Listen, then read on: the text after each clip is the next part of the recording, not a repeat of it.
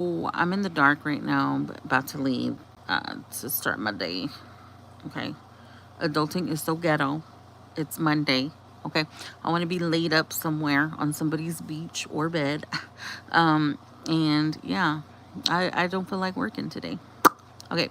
Now that that's out of the way, let's talk about Caitlin and Tyler and the adoption of Carly and my input, even though nobody asked for it. But I will speak on it because I do have an adopted son. Okay. Caitlin and Tyler were very young, first of all, when they gave up Carly for adoption. Okay. They were kind of like bamboozled, manipulated. I can see that now. Throughout the years before I was an adopted parent, I didn't I didn't think that they should have. I mean, they agreed on an open adoption. That's their adoption. Every adoption is different, but Brandon and Teresa agreed upon that a long time ago to be the adoptive, to have an open adoption, to keep in touch with Caitlin and Tyler.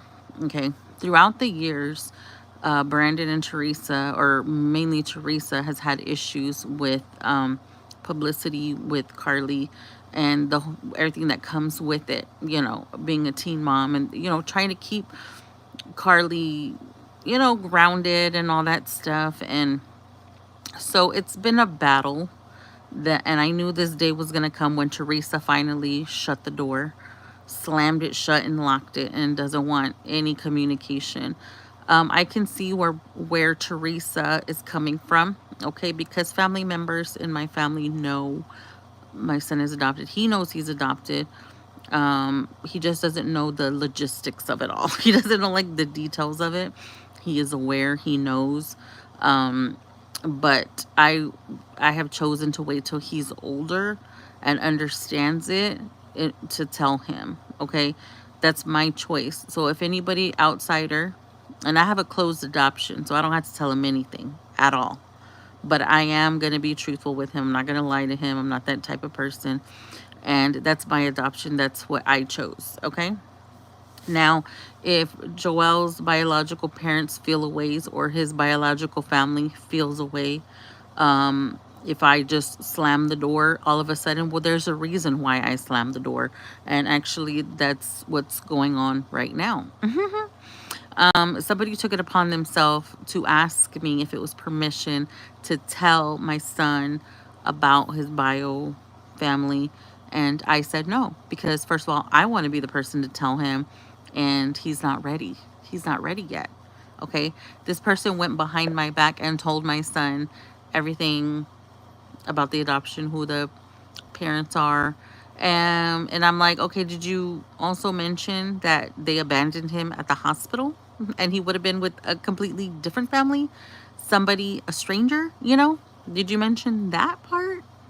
Probably not, because you're giving your version of events to make your son look better. I want my son to know the truth. I'm not going to bash anybody, but there's a way to tell him. So I can understand when Teresa slams the door shut and doesn't want Caitlin to communicate anymore. But you can see this like years ago it happening. So I can see both sides of the story, and please do not ever think that I don't understand the gift that I was given as an adopted parent. I will forever be thankful and grateful for this opportunity to parent again. Trust me, because it probably wouldn't have happened.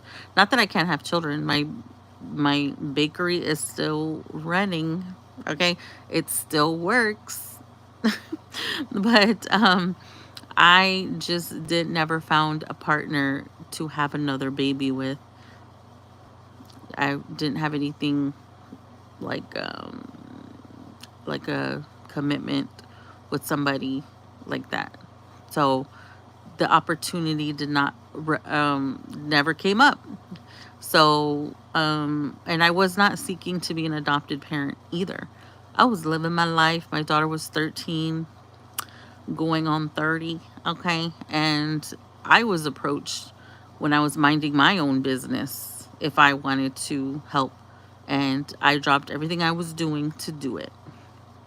And it was supposed to be a temporary thing, and it ended up being a permanent thing. And I was okay with that as well. But I'm always willing to help somebody, and that's just part of my character, and that's it. But I can see Teresa just wanting to slam the door shut, but Catelyn's Catelyn's feelings are also valid as well. So either way, there's hurt. In order for Brandon and Teresa to be parents, Catelynn and Tyler had to lose their baby. Not, life, but, lose them physically in order for them to have the blessing that they have today. And trust me, I never forget that. I'm aware, and I will always be thankful, because without them having a baby, I wouldn't have had a son. I would have just had a daughter.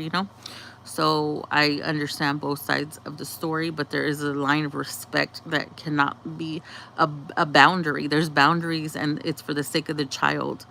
It's not for Catelynn. It's not for Teresa. It's for Carly.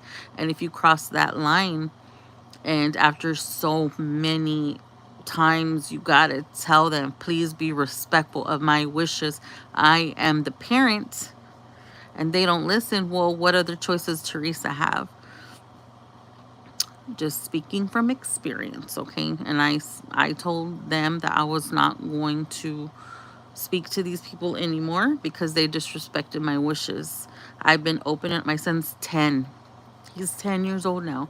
And I've been very flexible with everybody. Nobody comes around. Nobody wants to visit. Now, they're not like Catelynn and Tyler where they go to every visit. Okay, these people pretty much abandoned Joelle at the fucking hospital. Okay, everybody was promising to help me. Everybody was going to do this. Everybody was going to be there for me. How many people are there for me today, day to day with my son? Nobody, just me. So I take that into consideration as well. No hard feelings. I understand it, because I know what I signed up for. I have my son all the time. I don't go out. I don't do anything. It's me and my son, and it's going to be like that till he's 18, or till he doesn't want anything to do with me. So I understood the assignment, and I've been taking care of him this whole time without any help from anybody. Okay, I didn't mean to be a single parent in this whole process. I did have a partner that I was with at the time that was supposed to be the other parent, and they are there when they're able to be.